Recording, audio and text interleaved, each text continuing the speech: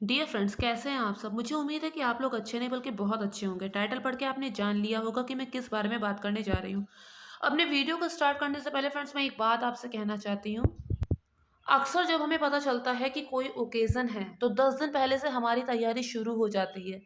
अफ़सोस कि जब कोई पूजा-पाठ होती है तब हमारी तैयारी इतने पहले से शुरू नहीं होती है। उसे हम नॉर्मली लेते हैं, बहुत ही कैज़ुअली लेते हैं। क्यों? अगर हमें कोई ओकेज़न अटेंड करना हो, तो कौन-सी साड़ी हमें पहननी है, कौन-सा मेकअप करवाना है, कौन-सा फेशियल करना है, वो डिसीज़न तो पहले ही हो जाते हैं, बाकायदा लिस्ट बन जाती है शॉपिंग की, सब कुछ हो जाता है। लेकिन जब कोई पूजा-पाठ का दिन आता है, तो 1-2 दिन पहले सामान आ जाता है और बस जैसे-तैसे हम कर देते हैं। कुछ लोग तो ये सोचते हैं कि ये चीज़ रह गई करने के लिए, लेकिन कुछ लोगों के दिमाग में तो ये चीज़ आती ही नहीं कि ये चीज़ करने के लिए रह गई, क्योंकि उन्हें बस जल्दी से निपटाना होता है। क्योंकि मेन फ़ोकस जो होता है वो इस बात पर होता है कि हम सेल्फ़ीज़ ज़्यादा से ज़्यादा ले लें। बहुत हँसी आती है और बड़ा अजीब भी लगता है कि ऑब्वियस सी बात है, अगर हम किसी को पूजा-पाठ के बारे में बता देंगे तो भी उसे समझ में आ जाएगा। कोई वो छोटा-सा बच्चा नहीं होगा जिसे कहकहरा हाथ में उँगली रख के पढ़ाना पड़ता है।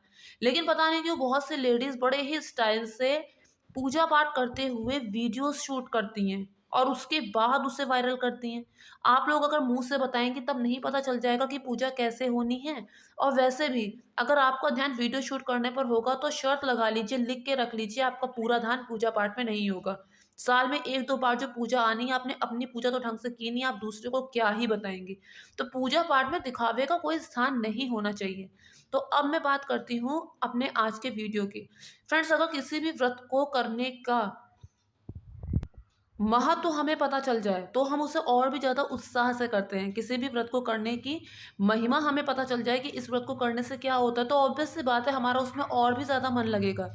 तो इसीलिए कथाएँ होती हैं कि ये पूजा कब से चली आ रही है, इसकी पौराणिक कथा क्या है, इसका इतिहास क्या है, जो हमें ज़रूर से पता होना चाहिए। क्योंकि आजकल तो आप जानते हैं कि लोग कुछ ज़्यादा ही अपने आप को पढ़ा-लिखा समझते हैं। वो रीज़न जानना चाहते हैं, बाल की खाल निकालते हैं, ये होता है ऐसा तो क्यों, तो क्यों, तो क्यों? इसे कुतर्क भी कह सकते हैं। तो उन लोगों को जवाब देने के लिए हमें पता तो होना चाहिए ना एटलीस्ट कि कोई पूजा अगर होती है तो वो क्यों होती है, कैसे होती है और कब से वो शुरू हो रही है। अब मैं बात करती हूँ सकट चौथ की पूजा की, जिसे हम तिलकुटा चौथ भी कहते हैं, जिसे हम संकष्टी चतुर्थी भी कहते हैं। हम लोग इसे सकट चौथ भी कहते हैं। क्या विशेषता होती है इस पूजा की? मुख्य तौर पे ये गणेश जी को समर्पित है, संतान की दीर्घायु के लिए, संतान के उज्जवल भविष्य के लिए, संतान के मार्ग में आने वाली हर बाधा विघ्न का नाश करने के लिए, सबके कल्याण के लिए ये पूजा की जाती है। प्राचीन समय में ऐसा भी कहा जाता था कि ये पूजा पुत्र के लिए होती है। हाँ, पुत्र के लिए होती है क्योंकि इसके जो भी कथाएँ हैं उसमें पुत्र का ही ज़िक्र है, लेकिन आजकल के समय में लोग अपनी संतान के लिए भी, जिनके बेटी होती हैं, लोग उनके लिए भी करते हैं। ऐसा मैंने देखा है कि जैसे जितिया का व्रत होता पुत्र के लिए, लेकिन लोग अपनी बेटियों के लिए भी करते हैं, तो उसमें कोई गलत चीज़ नहीं है।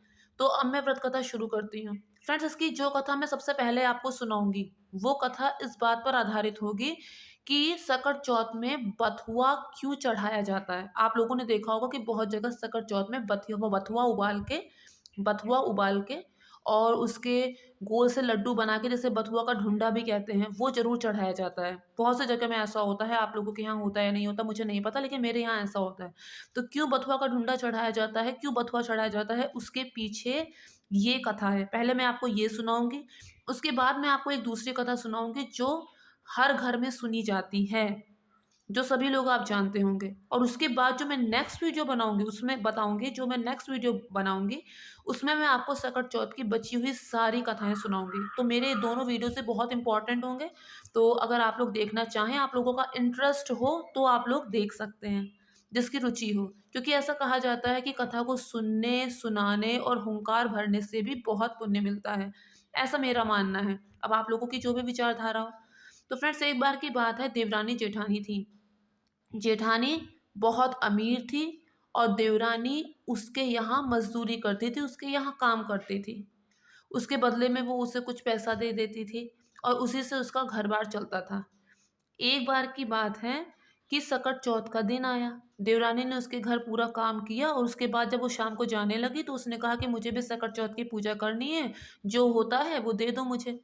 जो बनता है मेरा वो पैसा मुझे दे, तो मुझे भी सकट चौथ की पूजा करनी है। तो उसने कहा कि आज बहुत काम है, मैं बहुत व्यस्त हूँ, तू कल सुबह आके पैसे ले जाना। वो ऐसा कह देती है, अब वो उससे ज़्यादा बहस भी नहीं कर सकती थी। एक तो उसके यहाँ मज़दूरी करती थी और दूसरा एक लिहाज़ होता है कि देवरानी जो जेठानी से करती है, तो वो कुछ नहीं कहती, वहाँ से चली आती है। अब वो पूजा कैसे करे? तो वो देखती है कि खेत में बथुआ उगा हुआ है, वो वही बथुआ तोड़ लाती है और उसे उबाल के उसी का ढूंढा बना देती है और वहीं पूरे घर को लीप के पोत के वहीं भगवान पे चढ़ा देती है कि भगवान मेरी स्थिति तो तुम जानते हो, मेरे पास यही था और मैंने यही तुम्हें चढ़ा दिया। उसके बाद रात में गणेश भगवान आते हैं, जिन्हें सकट विनायक भी कहते हैं। वो आते हैं और उससे कहते हैं कि मुझे बहुत भूख लगी है, बताओ क्या खाऊँ? तो उन्होंने कहा महाराज मेरे पास क्या है? पूरा घर लीपा-पोता पड़ा है और मैं खाली बथुआ का ढूंढा बनाई हूँ, आप जहाँ चाहे वहाँ बैठ के खा लीजिए। अब उसके बाद वो बटुए के ढूंढे जो उसने बनाए थे, वो बड़े चाव से उसे खाते हैं और उसके बाद कहता है अब हमें निपटने जाना है, बताइए कहाँ निपटूँ? तो उसने कहा पूरा घर साफ-सुथरा है, जहाँ मर्ज़ी है आप वहाँ हो लीजिए। उसके बाद वो उसके पूरे घर में नित्य कर्म अपना पूरा कर लेते हैं। उसके बाद वो कहते हैं कि अभी हमें और जाना है, पूरा घर भर गया, अब मैं कहाँ जाऊँ? तो वो झुंझला जाती है और कहती है मेरे सर पे, तो उसके सर पे कर देते हैं। उसके बाद वो वहाँ से चले जाते हैं। वो दिन भर की थकी-हारी होती है और वो उसी समय सो जाती है, उसे नींद आ जाती है। सुबह उठ के वो देखती है कि पूरे घर में सोना-चांदी बिखरा पड़ा है। और यहाँ तक कि उसके ललाट पर भी सोने-चांदी के टीके जगमगा रहे हैं। वो सोचती है कि ये सब कैसे हुआ? फिर वो याद करती है कि रात में सकट विनायक आए थे और वो उनकी महिमा मानती है, उनको धन्यवाद करती है और उसके बाद अपना सामान धन्य उठाने में लगी रहती है।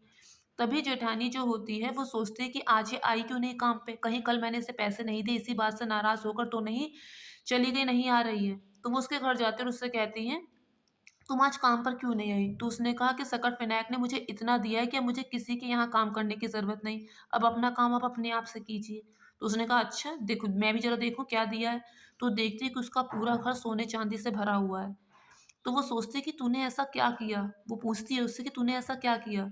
तो उसने कहा तुमने तो मज़दूरी भी नहीं दी थी, मेरे पास क्या था? वही बथुआ थे, वही तोड़ लाई थी, उसी को उबाल के उसके ठुंडे बना दिए थे, वही भगवान को चढ़ा दिए थे। उन्होंने वही खाया और ये सब हुआ।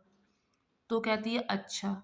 उसके बाद वो अगली बार सकट चौथ का इंतज़ार करती है। जब अगली बार सकट चौथ आती है, तो जेठानी क्या करती है, वो उसके पास सब कुछ होते हुए भी वो सिर्फ़ बथुआ का ढूँढा ही चढ़ाती है। सब कुछ था उसके पास लेकिन वो सिर्फ़ बथुआ के ढूँढे ही चढ़ाती है।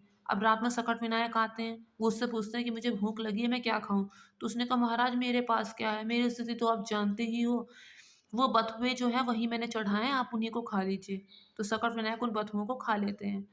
उसके बाद वो कहता है अब हमें निपटने जाना है, हम कहाँ निपटें? तो कहते हैं कि पूरा घर पड़ा है, जहाँ मर्ज़ी वहाँ निपटो।